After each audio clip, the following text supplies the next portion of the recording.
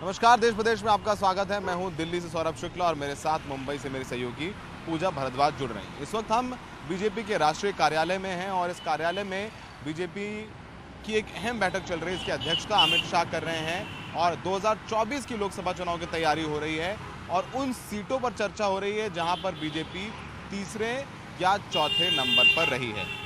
तो ये तो बात थी बीजेपी की रणनीति की, लेकिन हम शो की शुरुआत करते हैं एक ऐसी खबर से जो वाकई में चौंका देने वाली है। बेंगलुरु, जिसे देश में सिलिकॉन सिटी भी कहा जाता है, आईटी की बड़ी कंपनियों के हेडक्वार्टर्स हैं, आज कल 2 दिनों से इस शहर के हालात बेहाल हैं। 2 दिन बारिश हुई है और बारिश से सड़कों के हाल बेहाल हो गए हैं, पानी भरा हुआ है। तस्वीरों में आप देख सकते हैं, कारें डूब रही हैं, सड़कों पर लंबा ट्रैफिक जाम है, गड्ढे और सड़कों पर जल भराव से लोग परेशान हैं।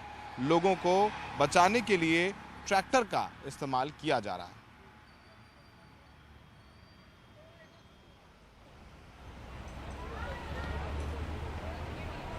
और मौसम विभाग ने आज भी बारिश की आशंका जताई है। ऐसे में जो लोगों को राहत मिलने की आशंका थी वो मिलती हुई नजर नहीं आ रही है। कई इलाकों की तस्वीरें आपको दिखाते हैं, जो सड़कें हैं वो किस तरह से तालाब में डूबी हुई नजर आ रही हैं। सड़कों पर इस कदर पानी भरा हुआ है कि लोगों को इसे पार करने के लिए जेसीबी की मदद लेनी पड़ रही है।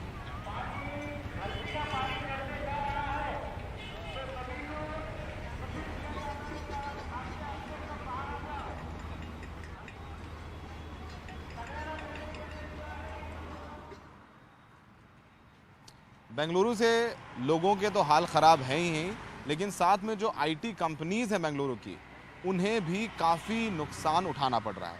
आपको बताएं तो एक अनुमान के अनुसार बारिश से इस सेक्टर को करीब 250 करोड़ का नुकसान हुआ है। हालात ये हैं कि आईटी कंपनी में काम करने वाले लोग ट्रैक्टर की मदद से दफ्तर जा रहे हैं।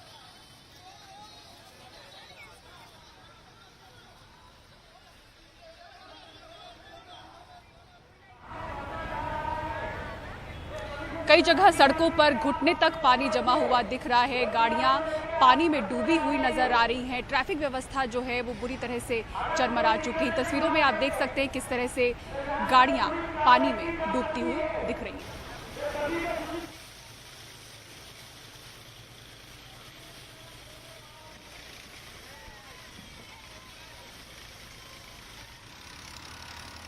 बेंगलुरु में राहत और बचाव कार्य जारी है। हमारे सहयोगी निहाल किदवई ने जायजा लिया कि कैसे सेना को उतरना पड़ा हालात सुधारने के लिए। देखिए उनकी रिपोर्ट। बेलंदूर और जमनूर इलाके में पानी का जमाव काफी ज्यादा है। म्युनिसिपल कॉर्पोरेशन लगातार कोशिश करती रही, पानी नहीं निकल पाया।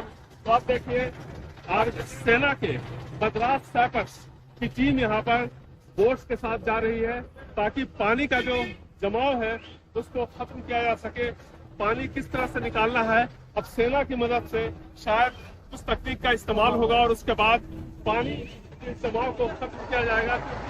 लगातार पानी यहाँ पर जमा हुआ है और देखिए सेना के सारे मद्रास सैपर्स के ये जवान जा रहे हैं। हमारे साथ अल्फोंस हैं, कैमरा पर्सन। देखिए पानी कितना ज्यादा है और ये पानी पिछले 2 से 2.5 दिनों से कुछ इसी तरह से है और जितना पानी यहाँ पर आपको दिख रहा है इससे कहीं ज्यादा पानी अंदर है। ये लोग परेशान हैं, इनके पास कोई विकल्प नहीं है ट्रैक्टर का इस्तेमाल करने के अलावा। और कई सारे लोग हैं देखिए जो ट्रैक्टर का इंतजार कर रहे हैं, कई सारे लोग अपने परिवार वालों का इंतजार कर रहे हैं, लेकिन पानी बीबीएमपी पूरी तरह से नाकाम रही है। पानी तो यहाँ से हटाने में है और इस वजह से अब सेना की मदद स्थानीय प्रशासन ने लिया है, जैसा कि आपने देखा। बेंगलुरु से कैमरामैन अल्फोंस के साथ निहाल किदवई, एनडीटीवी इंडिया। और बारिश की वजह से बेंगलुरु में दर्दनाक हादसे की भी खबर है। 23 साल की एक युवती अखिला, उनकी मौत हो गई है। सोमवार रात करीब 9:30 बजे यह हादसा हुआ जहां उनकी करंट लगने से मौत हो गई। अखिला स्कूटी चलाकर आ रही थी, संतुलन बिगड़ने पर उनके पास के उन्होंने एक खंबे को पकड़ा और करंट से जोरदार उन्हें झटका लगा जिससे उनकी मौत हो गई। अखिला के परिजनों ने इसके लिए बिजली विभाग को जिम्मेदार ठहराया है।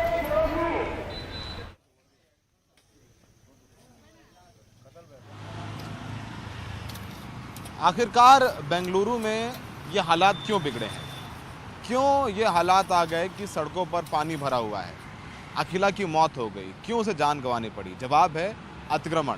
क्योंकि शहर में जिस नाले से ये पानी निकलता है बारिश का, उसकी चौड़ाई कम होती गई क्योंकि लोग अतिक्रमण करते गए। देखिए हमारे सहयोगी निहाल किदवई की ये रिपोर्ट।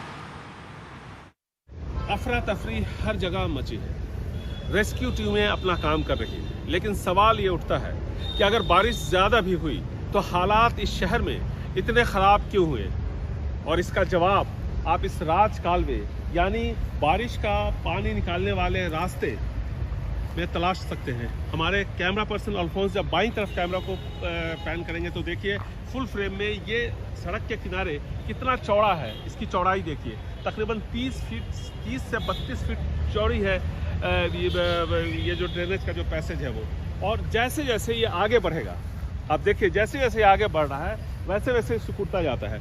और एक जगह ऐसा आता है जहाँ पर ये सिकुड़ करके तकरीबन 15 फीट के आसपास रह जाता है और वहीं पर ये अपार्टमेंट्स बने हुए हैं। तो पहला तो ये है कि ये जो ड्रेनेज सिस्टम है बारिश का पानी निकालने के लिए, उस पर अतिक्रमण हुआ है जो साफ तौर पर यहाँ से दिख सकता है। अब इसको किसकी इजाज़त से हुआ, ये एक जांच का विषय है। जाहिर है जो म्यूनिसिपल अथॉरिटीज़ हैं बगैर उनकी इजाज़त के नहीं हो सकता है। सरकार को इसका पता नहीं, इस बारे में जानकारी नहीं हो, ऐसा भी नहीं कहा जा सकता है।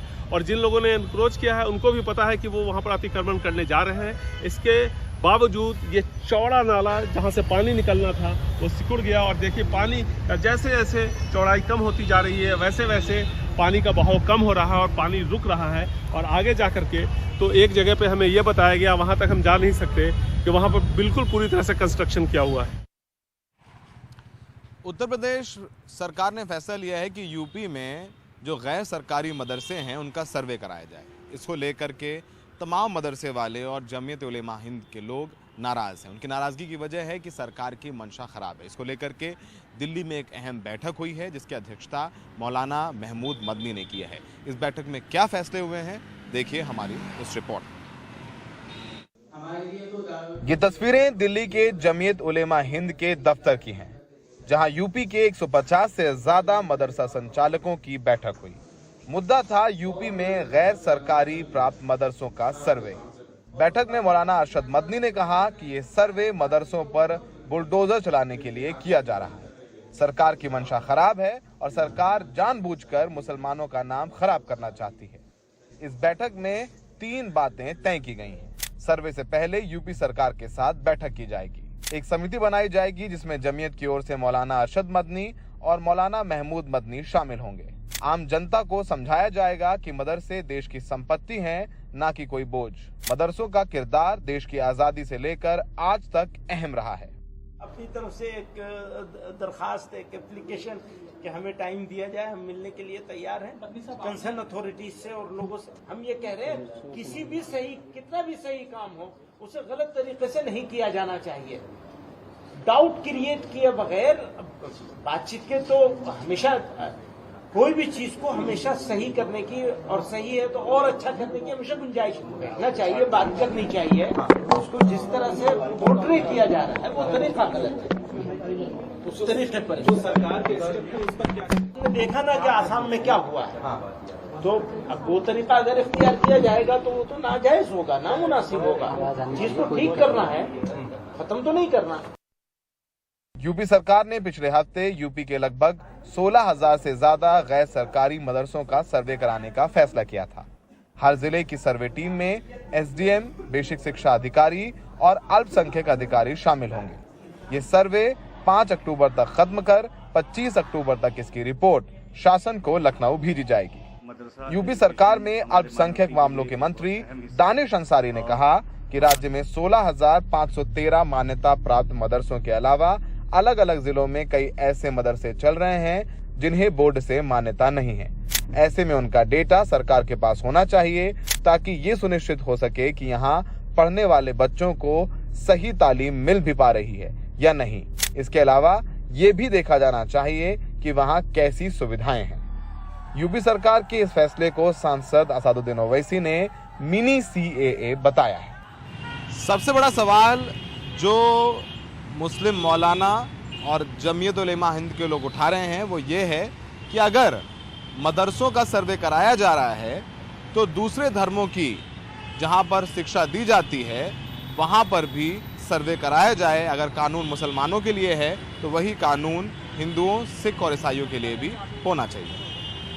नई दिल्ली में सहयोगी प्रेम सिंह के साथ सौरभ शुक्ला, एनडीटीवी इंडिया। और इसी के साथ देश प्रदेश में रुक रहे एक ब्रेक के लिए आप कहीं मत जाइएगा। ब्रेक के बाद आपको दिखाएंगे राजपथ बना अब कर्तव्य पथ।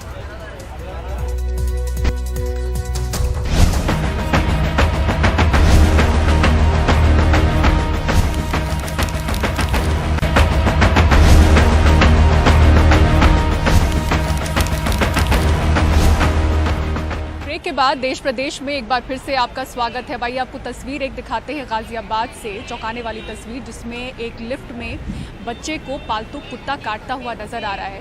हैरान करने वाली बात यह है कि जब ये कुत्ता उस बच्चे को काटता है, बच्चा दर्द से कराह रहा है, लेकिन जो कुत्ते की मालकिन है वो किसी भी तरह से मदद पहुंचाती हुई इस बच्चे को नजर नहीं आ रही है।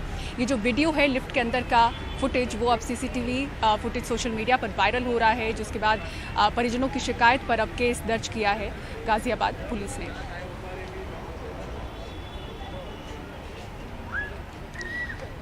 और जैसे ही ये वीडियो वायरल हुआ उसके बाद एक और वीडियो सामने आया है जो कि बच्चे के पिता ने शूट किया, जहां पर महिला के रवैये में कोई बदलाव नजर नहीं आ रहा। जाहिल हो, पागल हो, गवार हो, मेरे पीछे क्यों आ रहे हो? लेडी से बात करने के मैनर्स नहीं है। मेरे बच्चे को काटा इसने, और इसको, इस लेडी को इतनी अकल नहीं है, ये B2 में पॉटी कराने लेकर के आई है इसको। ये लेडी बेसमेंट में कुत्ते को घुमा रही है B2 में। मेरे बेटे को काटा है इस कुत्ते ने, और ये लेडी अपना फ्लैट नंबर नहीं बता रही है, ठीक है, और बदतमीजी कर रही है। कह रही है मेरे पति से बात कर लो, कह रही है जाहिल हो, पागल हो, गवार हो, मेरे पीछे क्यों आ रहे हो? लेडी से बात करने के मैनर्स नहीं है। मेरे बच्चे को काटे। अब राजपथ का नाम कर्तव्य पथ होगा। कल यानी टीचर्स डे के दिन प्रधानमंत्री मोदी ने यह फैसला लिया है कि अब कर्तव्य पथ के नाम से राजपथ को जाना जाएगा, यानी अब राजपथ से लेकर के सेंट्रल विस्टा तक की जो रोड है उसे कर्तव्य पथ के नाम से जाना जाएगा। हमारे सहयोगी नीता शर्मा की ये रिपोर्ट। रायसीना हिल से इंडिया गेट तक का ये इलाका दिल्ली का सबसे खूबसूरत इलाका ही नहीं, ऐतिहासिक भी है। महीनों से यहाँ काम चल रहा था, अब इलाके का नाम भी बदला जा रहा है। प्रक्रिया तो CPWD को जो भी कुछ करना है, और आज प्रस्ताव पास हो जाएगा, प्रधानमंत्री इसका उद्घाटन करेंगे, तो निश्चित रूप से ऑटोमेटिकली वो नाम बदल ही जाएगा, क्योंकि प्रक्रिया पूरी हो चुकी होगी तब तक। और NDMC is govern by home ministry, तो अर्बन डेवलपमेंट मिनिस्ट्री का प्रस्ताव है, उस प्रस्ताव पर विचार करके हम उसको कल भेज देंगे। जानकारी के मुताबिक और अब खबर चीन के सिचुआन प्रांत से, जहां सोमवार को 6.8 की तीव्रता से भूकंप आया, और इसका एक वीडियो जो है वो काफ़ी वायरल हो रहा है, जहां भयानक मंजर नज़र आ रहा है। 65 लोगों की आपको बता दें कि इस भूकंप में मौत हुई है, कई लोग घायल हुए हैं। और जो वीडियो वायरल हुआ है ये चलती कार से रिकॉर्ड किया गया था, जिसमें धरती हिलने और इमारतें टूटने का भयानक मंजर नज़र आ रहा है। 2架大通过堰塞湖进入关东村，由于村庄在半山腰，现场道路不通，救援人员决定用1名消防员攀爬上70多度的陡坡，再放下绳索，后续人员通过绳索将村民背下山，护送到舟艇上，再通过水路对他们进行转运。同时，另一